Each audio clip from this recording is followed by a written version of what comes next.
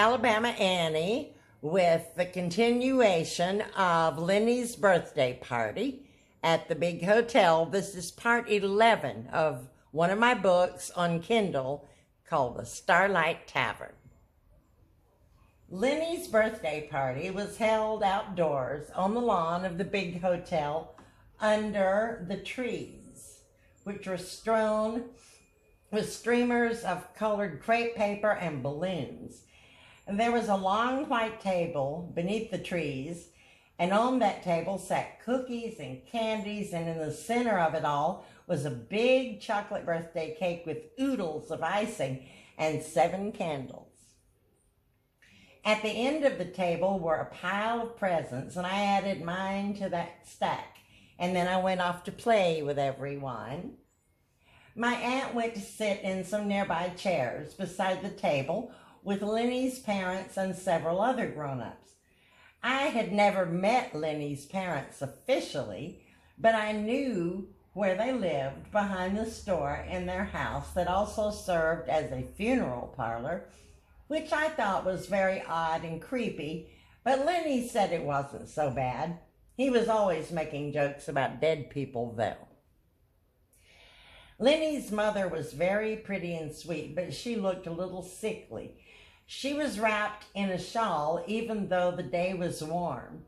She smiled at me and said she had heard about me from her son. Lenny's father was a tall, skinny man with thick glasses, and his hair, like Lenny's, never seemed to be combed. It stuck out all over his head at odd angles. He wore a wrinkled beige suit all the time that hung on him like it was 1 or 2 sizes too large.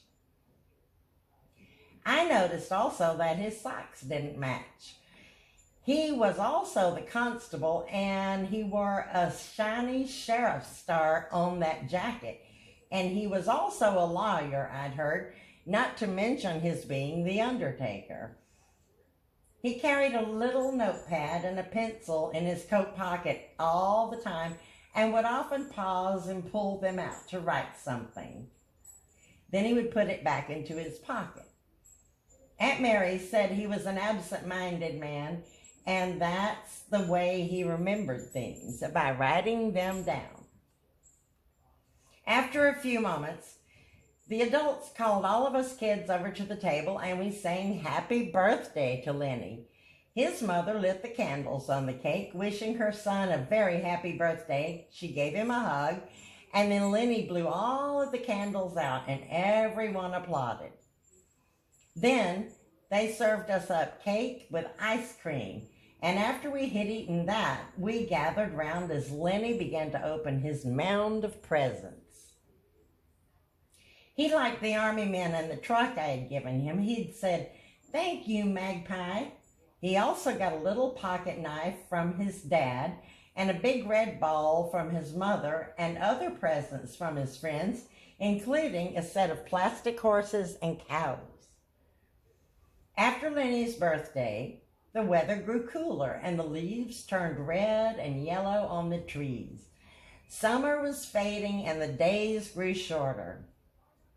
In the mornings, there'd sometimes be frost on the windows of the kitchen.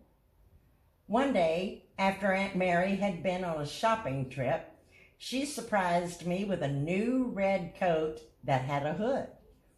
There were matching gloves to go with it, and all-weather boots that Mama had given me that last Christmas we were together. I marched around the tavern that afternoon with my new coat and my boots on, and couldn't wait to wear it to school, but it was still sweater weather, so I had to wait on that. On that first cold, rainy morning in October, I did get to wear them to school. Mr. Harvey drove me that day in the car to the schoolhouse, and as I stepped out in the schoolyard with my book bag and sack lunch, he said, "Have a good day, Little Red Riding Hood," and we both laughed as he drove away. I turned toward the schoolhouse and marched through the doors into the classroom, parading past my friends, and proudly hung my new coat, the newest coat I'd ever owned, on the rack at the back of the room. All of the coats I'd ever owned before had been hand-me-downs from our neighbors, but this one was brand new.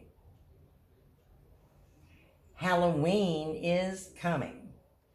October started out rainy, but the weather finally cleared and it grew warmer again just in time for Halloween.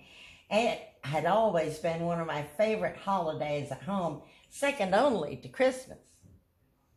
Mama would dress me up usually in a homemade costume, and I would go out with all of my friends around the neighborhood and trick-or-treat.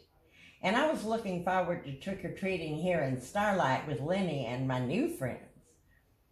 Mr. Harvey had planted us a pumpkin patch in the garden that summer, and those pumpkins had really grown. The Saturday before Halloween, he and I went out to the garden and he let me choose one of them. Then we spent an afternoon on the back porch carving out a big scary jack-o'-lantern to sit beside the front door of the tavern. When we were done, we placed a candle inside it. We took it around to the front porch and sat it beside the door, and when it began to grow dark, we lit that candle. Its jagged teeth and slanted eyes glowed in the twilight.